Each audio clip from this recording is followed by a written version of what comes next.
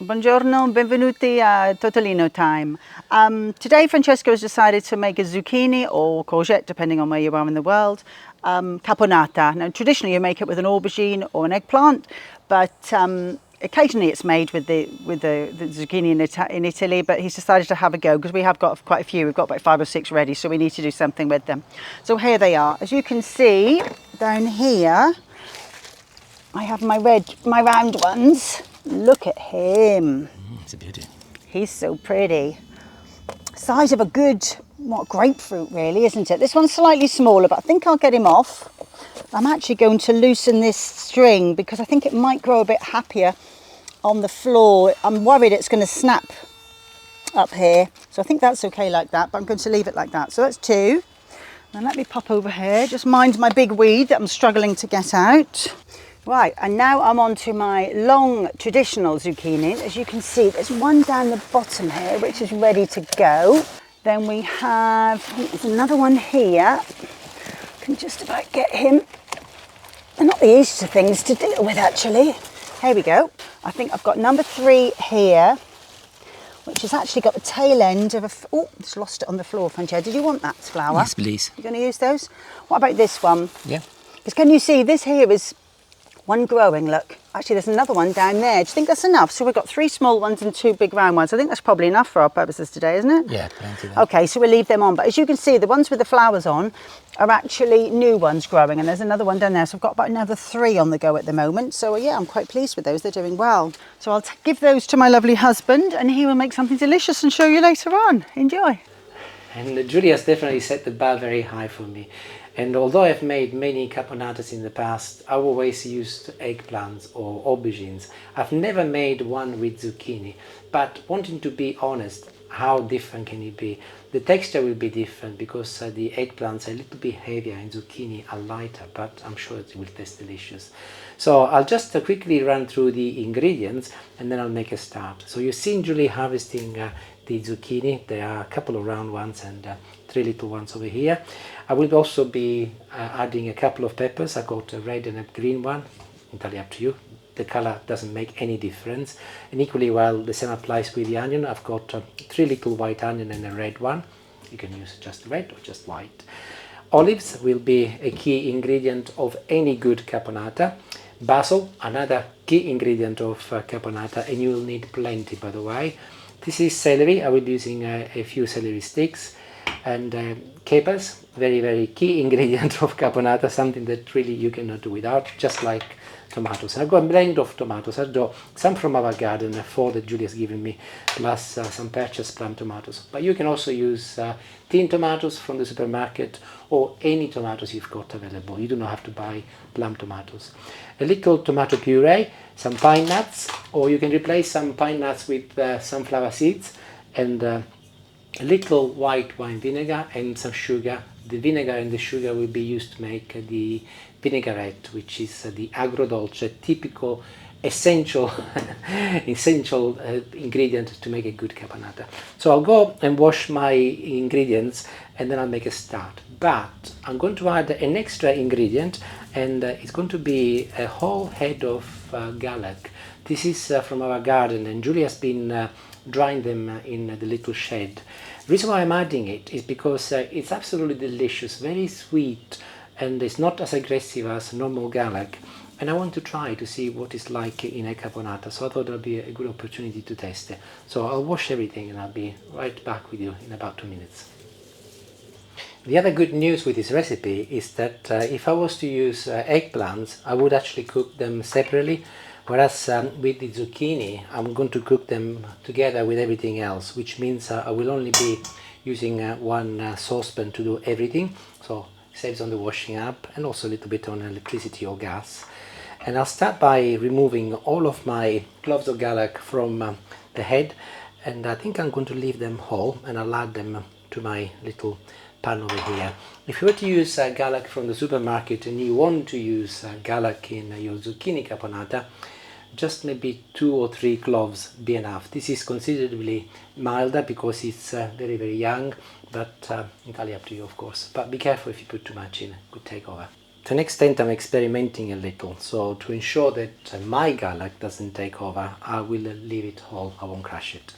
But I will be cooking my ingredients progressively, so I'll start with the ingredients that are likely to take a little bit longer. So I'll put my red onion first, followed by my white onion. As always with these sort of recipes, the quantities of ingredients are very subjective. So as you can see, I'm adding 3 little white onions and 1 medium-sized red onion. I could have gone with a medium and a medium, but it doesn't really matter, it depends on your taste. But what is important though is that you leave them a little bit chunkier than normal, because a feature of caponata is to be able to see all of the ingredients and also appreciate the texture. And I will be applying the same rationale with all of my ingredients. So this is my celery, and in it goes. And I can move on to stage 1 of my zucchini caponata. So I'll place this on the hob and I'll turn it on maximum until they start sizzling. In the meantime, I'll do my salt and pepper so that I can forget about it. In terms of the quantities of salty protein, up to you, but I'm doing a fairly large batch, so I'm slightly a little bit more generous than normal, but that is it. I will not be putting any more in. So Julie's happy and we're all happy. So these are beginning to sizzle, and you can hear them show. I'll turn it down onto a medium temperature, and I'll give them a little turn with my spoon, and I'll place the lid on, and I'll leave them to soften up for a few minutes while I get the other ingredients ready. And I will be dealing with the peppers first, as they will be going in next and they take a little bit longer to cook. So I'm removing the seeds and the white pith from inside, and just like I did with the other vegetables, I'm going to be slicing them in relatively big pieces. If you look, they are not too small.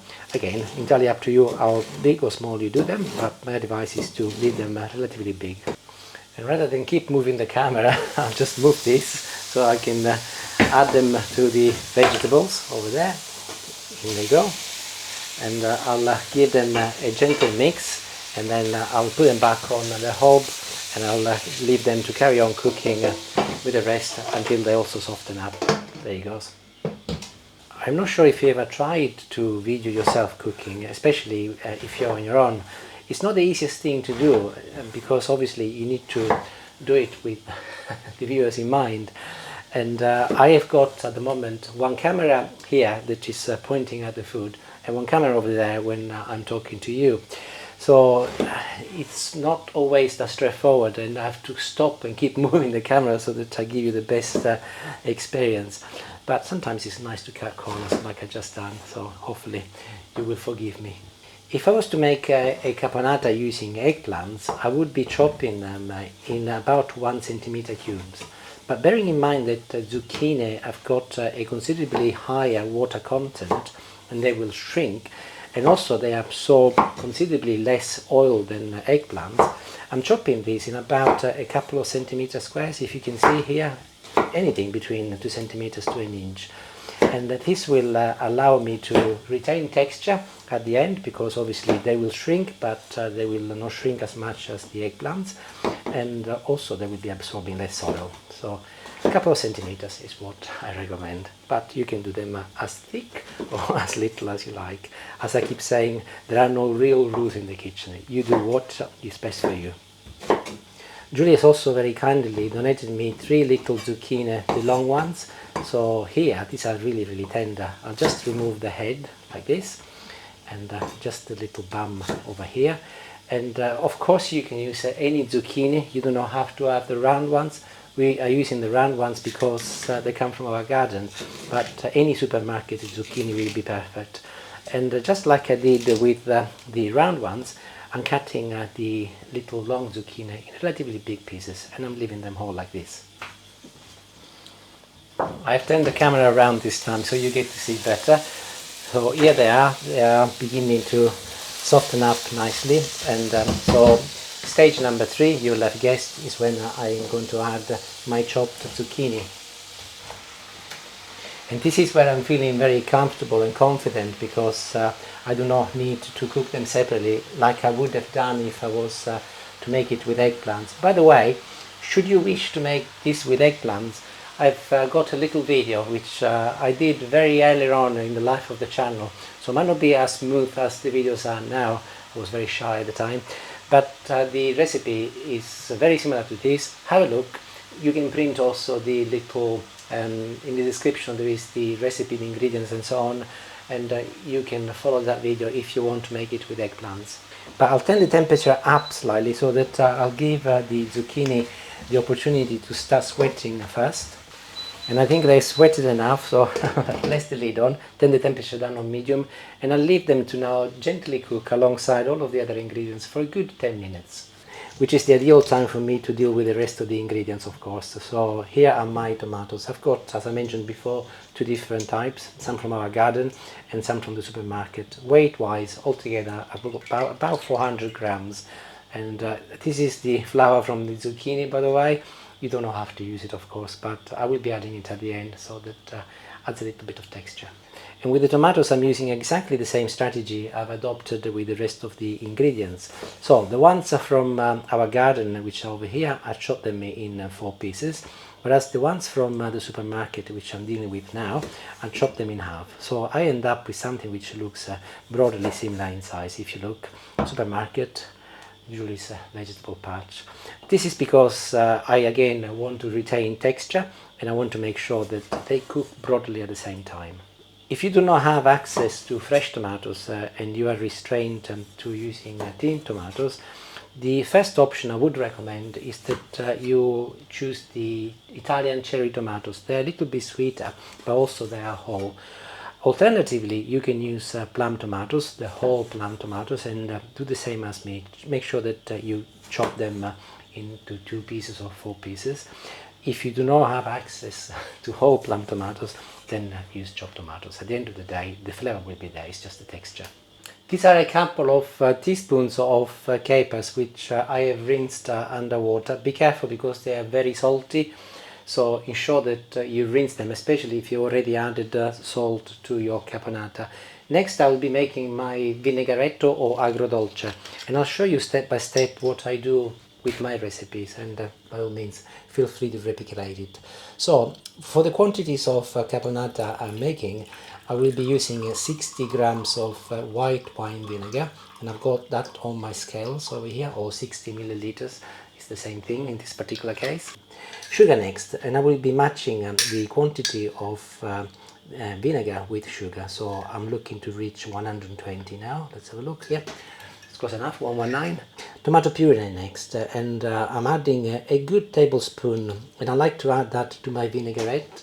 It's easier, you can add straight in if you want, or you do not have to add it at all. I'm looking for my teaspoon, here it is, with the sugar.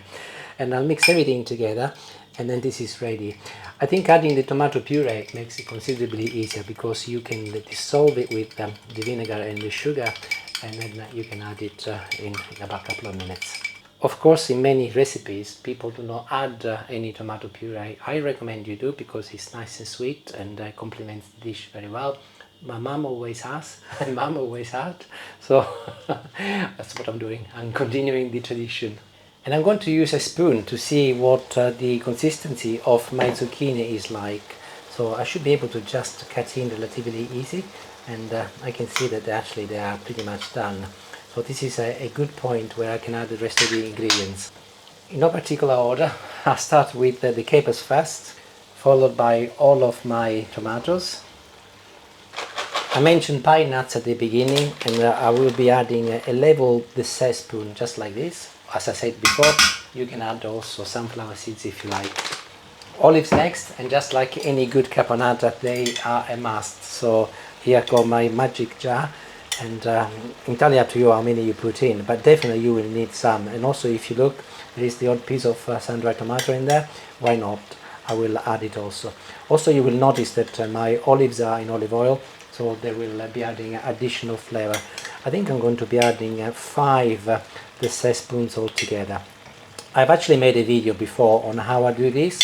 It's not very difficult at all. Let's put another one. I always do that. I always put an extra one for Mark at the end. I'll put a little link up here if you want to see how I put my olives together. And my very last ingredient for the time being is going to be my agrodolce mixed with my tomato puree in it goes, and I'll mix everything together, and this will start releasing immediately a tremendous flavor in terms of smell, because obviously the vinegar in contact with the hot zucchini will start releasing, I'm not sure if it's alcohol or not, but it's already smelling beautiful, and of course the sugar makes it lovely and sweet also. So this is ready to cook now for a further 10 minutes. So lid goes back on, temperature is still medium, 10 minutes, and then we can add the basil, and we should be ready. See you then.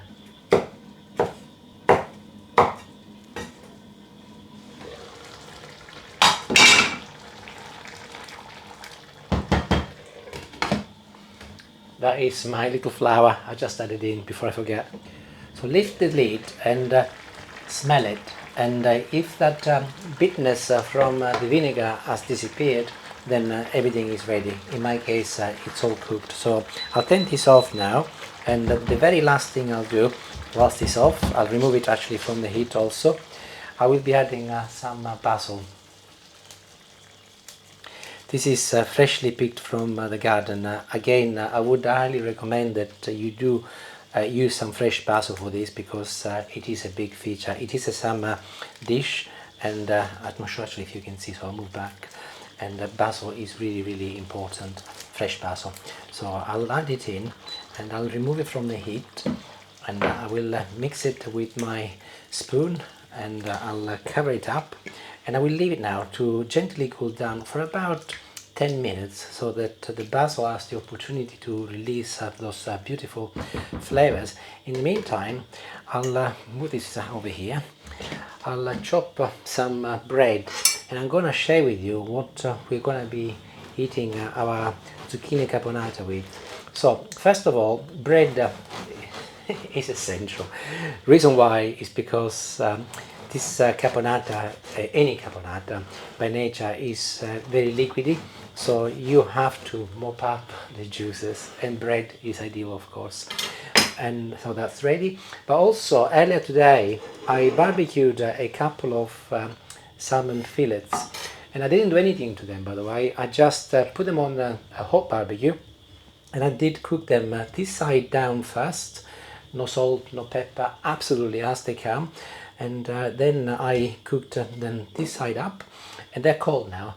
And what I'll do next, I'll just sprinkle a little lemon juice on top of each one of my little fillets like this, and also I'll garnish with a little parsley like this. Parsley and fish obviously go very well together, and this will be our main meal in terms of the main course. The caponata will be the side dish. Quantity is entirely up to you, how much you eat, and of course there is some bread, and that will be a lovely refreshing dinner, because the salmon is cold, and of course the caponata, by the time we eat it, will have warmed up.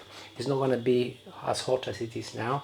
But if you were to cook the caponata the day before, leave it to cool down, and put it in the fridge overnight, and then you eat it cold with your cold fish, in this particular case, it will be even tastier, because as it cools down, all of the ingredients really combine together, and they release such a tremendous flavor. But we're going to eat ours warm later. The other thing I wanted to say, that goes with anything. You can have it with fish, like I'm doing tonight. You can have it with chicken, you can have it with pork, with beef, whatever you like. But it's nice and refreshing when it's cold. So I'll give it 10 minutes, and then I'll test some, and I'll test some with some bread. So see you in about 10. And now that has cooled down, I'm adding a little bit more basil. I did say lots of basil. I got two different varieties, by the way, purple one and the green one. They are very, very similar, but different colors, of course. So one last mix, and I'll taste some as promised. And the smell is really good, by the way. I think it's still a little bit too hot, so I'm not going to get the full flavor that this will release when it's cold or cooler, but I did say I was going to try some. Whilst this cooled down, by the way, I just want to say a big thank you to all of you who keep commenting on my recipes. It's really beautiful. I really enjoy the interaction and the comments, and also some of the suggestions. Do continue. And if you haven't subscribed to the channel and you're enjoying the recipes, do subscribe. You'll definitely help me growing the channel and reaching more people, and hopefully interacting with you also. But let's try this. This is like.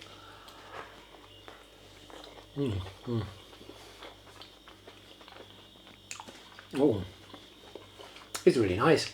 It's lighter because, as I say, the eggplants are a little bit heavier, whereas the zucchini do not absorb as much, excuse me, liquid oil.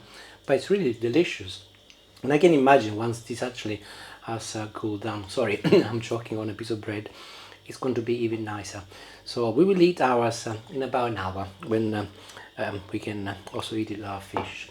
And thank you for watching. One more thing, actually, I'm keen to see what the garlic is like. It's still whole. I just saw a little clove in there, and I'm going to taste it actually to see if has softened up even more.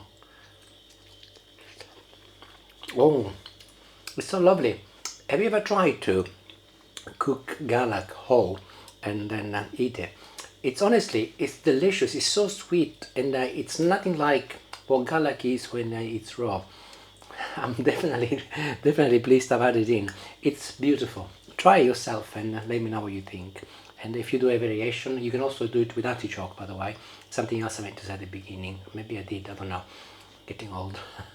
You can also replace the zucchini with artichokes, assuming you've got access to artichokes. In Sicily there is an abundance over here.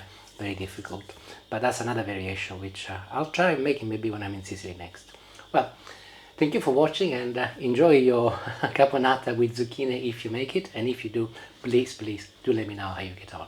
Arrivederci e grazie. Thank you for watching. Ciao ciao.